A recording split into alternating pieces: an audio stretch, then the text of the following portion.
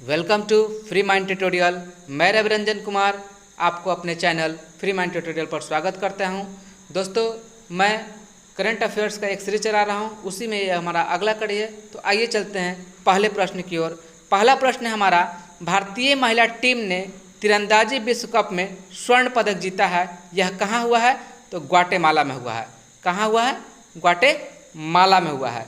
भारत ने इससे जुड़े कुछ तथ्य को देख लेते हैं कि भारत ने तीरंदाजी में 3 स्वर्ण और 1 कांस्य पदक जीता है। इसको ध्यान रखना, आपसे क्वेश्चन पूछ सकता है भारत तीरंदाजी में कितने स्वर्ण पदक जीता है कुल? तो 3 स्वर्ण पदक और 1 कांस्य पदक जीता है, इसको ध्यान रखना है। प्रश्न नंबर 2 है हमारा कि the living mountain of fable for our times पुस्तक का लेखक कौन है, जिसका पहला संस्करण 2022 में जारी किया जाएगा? अमिताभ घोष। बहुत ही चर्चित राइटर हैं अमिताभ घोष, इसलिए इनकी किताब जो भी आती है नया उसको ध्यान में रखना है, क्योंकि बहुत ही चर्चित व्यक्ति हैं ये।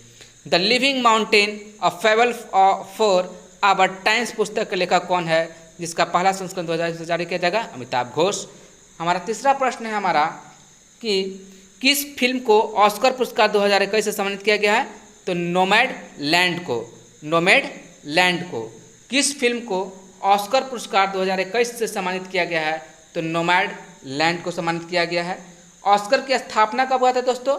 16 मई 1929 को हुआ था। 16 मई 1929 को ऑस्कर की शुरुआत हुई थी। चौथा प्रश्न है हमारा, पहली भारतीय महिला जो माउंट अन्नपूर्णा पर चढ़ाई की, क्या नाम है? तो प्रियंका मोहिते। प्रियंका मोहिते नाम है। प्रियंका मोहिते कहाँ की रहने वाली है? तो पश्चिम महाराष्ट्र के सतारा की है। कहाँ की है वो? पश्चिमी महाराष्ट्र के सतारा की रहने वाली है प्रियंका मोहिते। विश्व की 10वीं सबसे ऊंची पर्वत चोटी है हमारा अन्नपूर्णा। अन्नपूर्णा माउंट जो है हमारा विश्व की 10वीं सबसे ऊंची पर्वत चोटी है।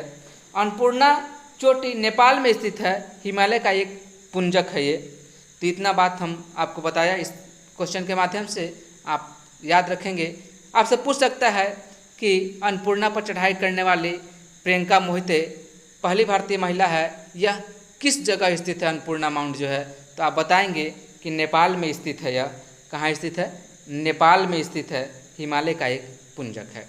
आइए पांचवा प्रश्न है, भारत के नियंत्रक और महालेखा परीक्षक कौन है? तो जीसी मुर्मू।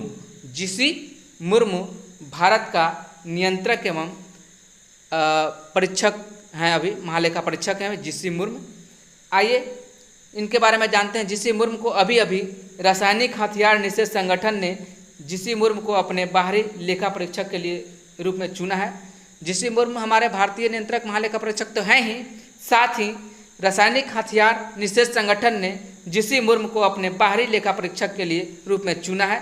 किसने चुना है? रासायनिक हथियार निषेध संगठन ने। आइए रासायनिक हथियार निषेध संगठन का स्थापना कब हुआ था? 29 अप्रैल 1997 को हुआ था। रासायनिक हथियार निषेध संगठन का मुख्यालय कहाँ है? तो नीदरलैंड कहाँ है? द हेग में है। महानिदेशक अभी कौन है रासायनिक हथियार निषेध संगठन का?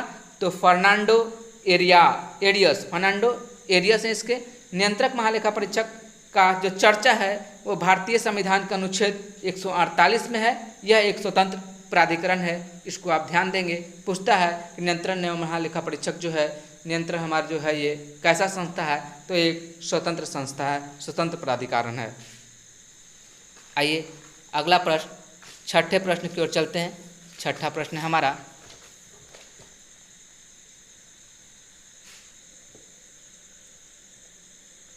छठा प्रश्न है, वैश्विक ऊर्जा संक्रमण सूचकांक 2021 में भारत को केवी रैंक मिली है?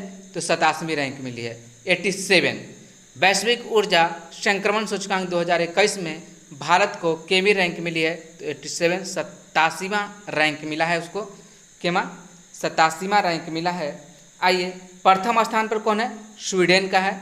वैश्विक ऊर्जा संक्रमण सूचकांक में प्रथम स्थान जो है स्वीडन है। भारत 87 स्थान पर है। भारत का स्थान 2020 में 74वां स्थान था, ये भी ध्यान रखिएगा। और जारी कौन करता है इसका? तो विश्व आर्थिक मंच के द्वारा यह जारी किया जाता है। अगला प्रश्न हमारा सातवां प्रश्न है। सातवां प्रश्न है हमारा, भारतीय मूल की किस महिला को व्हाइट हाउस का वरिष्ठ सलाहकार नियुक्त किया गया है? तो नीरा टंडन को किया गया है। किसको किया गया है? नीरा टंडन को। अगला प्रश्न, 8वां प्रश्न है हमारा। 8वां प्रश्न है, पंजाब के मुख्यमंत्री ने किस शहर को प्रवेश का नया 23वां जिला बनाया है? तो मलेर कोटला को। किसको बनाया है? मलेर कोटला को बनाया है। किसको? मलेर कोटला को। 9वां प्रश्न है हमारा, दुनिया की नंबर 1 टेनिस खिलाड़ी एसेल बार्टी को हराकर किसने मैड्रिड ओपन टेनिस टूर्नामेंट जीत लिया है? तो एरिना सवालेंका। एरिना सवालेंका ने जीता है। एरिना सवालेंका बेलारूस की खिलाड़ी हैं और एसेल बार्टी ऑस्ट्रेलिया की खिलाड़ी है। एसेल बार्टी कहाँ की खिलाड़ी है? ऑस्ट्रेलिया की खिलाड़ी है।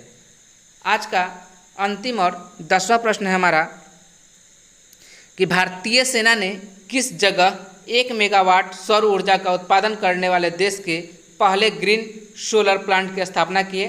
तो सिक्किम में। कहाँ? सिक्किम में। बात आई है सिक्किम की, तो इससे जुड़े कुछ तथ्य को जान लेते हैं। सिक्किम भारत के पूर्वोत्तर भाग में स्थित एक पर्वतीय राज्य है। सिक्किम की राजधानी गंगटोक है। सिक्किम का राज्यपाल अभी गंगा प्रसाद है। सिक्किम की राजधानी गंगटोक और राज्यपाल गंगा प्रसाद। गंगटोक और गंगा प्रसाद दोनों याद रखिएगा। गंगटोक राजधानी तो गंगा प्रसाद इसका जो है राज्यपाल, ये दोनों याद रख लीजिएगा। मुख्यमंत्री प्रेम सिंह तमांग हैं। गंगा से हमको प्रेम है तो प्रेम सिंह तमांग वहाँ के मुख्यमंत्री हो गया और गंगटोक वहाँ का राजधानी हो गया। इसको लिंक लगा के पढ़ेंगे, याद हो जाएगा। राज्यसभा में 1 सीट है यहाँ से, लोकसभा में भी 1 सीट है यहाँ से। गठन जो है 10 अप्रैल 1975 को सिक्किम का गठन कब हुआ था? 10 अप्रैल 1975 को। सबसे बड़ी नदी यहाँ का तिस्ता है। सिक्किम की गंगा कही जाती है तिस्ता नदी।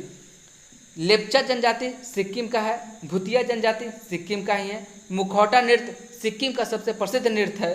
कंचनजंगा नेशनल पार्क, क्योन गोसला अल्पाइन अभ्यारण्य, फ्लेमबोंग लहो अभ्यारण्य, बासी रेडोड्रोन अभ्यारण्य, सब यहीं पे है। फिर से एक बार सुन लीजिए, कंचनजंगा नेशनल पार्क, क्योन गोसला अल्पाइन अभ्यारण्य, फ्लेमबोंग लहो अभ्यारण्य, बर्सी